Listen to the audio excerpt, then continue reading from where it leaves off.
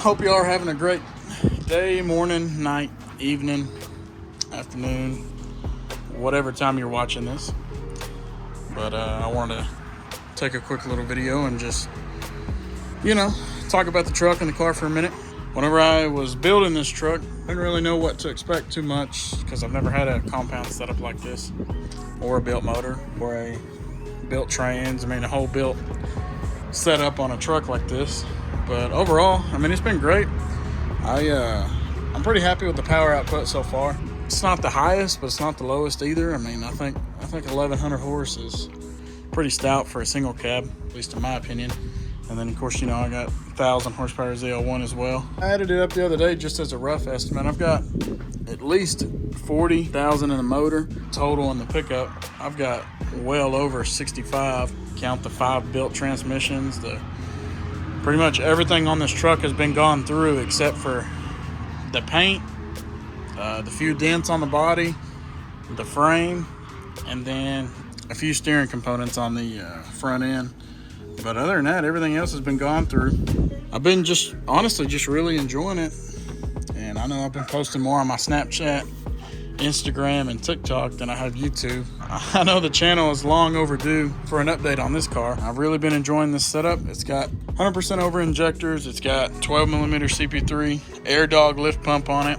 It's got a S480 over a 68mm in the valley. It's got a built motor, Cali's crank, Molly pistons, SoCal rods. The valve train's upgraded as well. The towing on this truck honestly is night and day difference compared to single turbo setup versus compound. I know this is single cab, and the heavier the truck, the better it should ideally handle the weight. It did really good down to Houston for our Texas 2K trip. Really just out of town and everywhere that I've been taking it so far. The only issue that I've got going on right now that I am still trying to just figure out, left me scratching my head, is the cruise control issue. So the cruise control issue on this truck, I've already replaced the brake pedal switch, I've already replaced the clock spring and the steering wheel, I've already replaced the light bulbs and the tail lights, just because I read online that, if they're flickering or whatever, it may or may not send a voltage surge through the wire harness, and the ECM may pick up on that or detect that and think you're pressing the brakes or something. I don't know.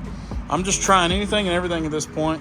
I've already swapped ECMs and I've already tried that approach. I'm pretty much coming down to a wire harness issue or ground or short or something. Now I say that, not that I didn't ever think that, it's just I've been trying to avoid having to trace wires and, try to retrace the whole wire harness and stuff, mainly because the truck's already all back together and I really just didn't want to have to deal with it. The cruise control is weird because I kind of suspected it may or may not be wire harness related, but at the same time it's goofy because sometimes you'll set the cruise and it will kick off instantly. Other times you'll set the cruise, it'll stay on for a minute or two, and then other times you'll set the cruise and it'll stay on for about 10, 15 minutes, 20 minutes.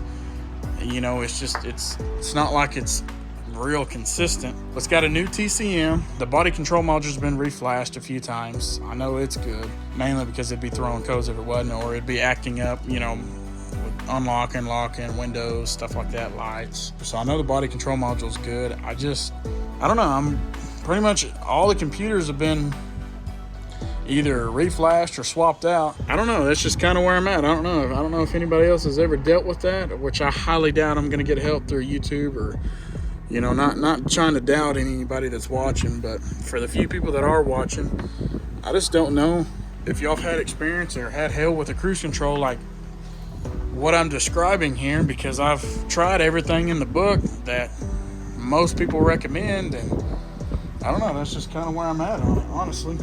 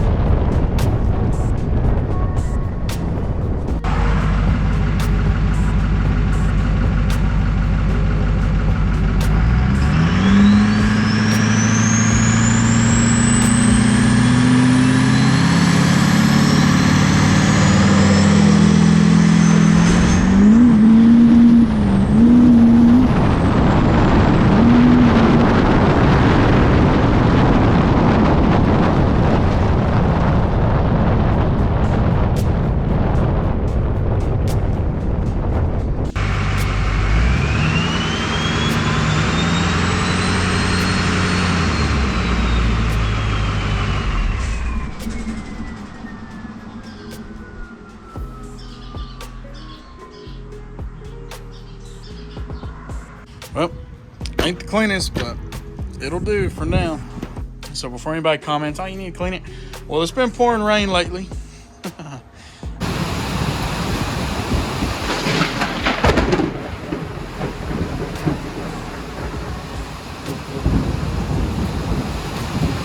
Anyways, moving on from the truck.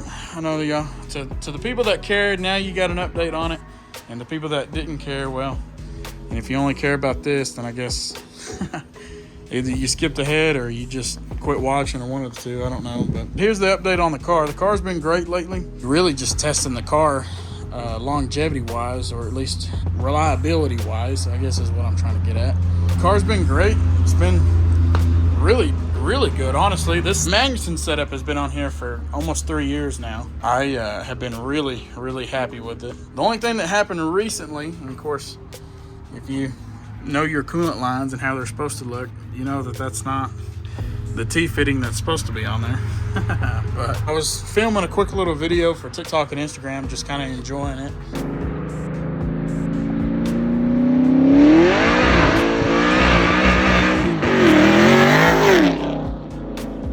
But I shredded this belt that's for my water pump and my alternator belt.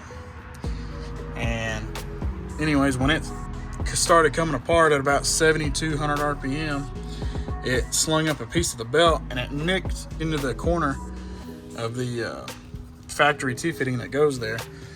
And so I had a coolant leak and I had to get that fixed. And of course, you know, being in the town that we're in, every place that I know of, they didn't have the belt, so I had to get it ordered. And of course, the good thing is it was here next day, which was nice. And of course, as you can see, I got it on, and I haven't really drove the car too much since then. I enjoyed it at the car show, and I didn't film too much of the car show.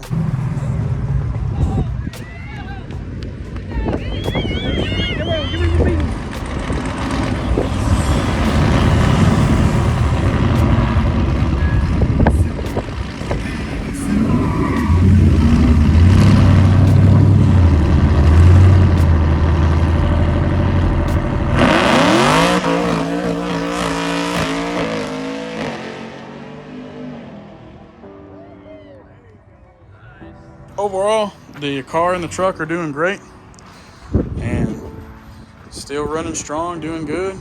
Just wanted to give you an update. I'm sorry for the longer, boring video. Let me know what kind of content y'all want to see. I am open to hearing suggestions and stuff now that I'm going to try to get a little more serious about filming more and more videos and just kind of going from there. But I'm just trying a different approach where I can try to talk to y'all more. And one thing I do want to address is this is not the factory elbow. That comes with the Magnuson kit.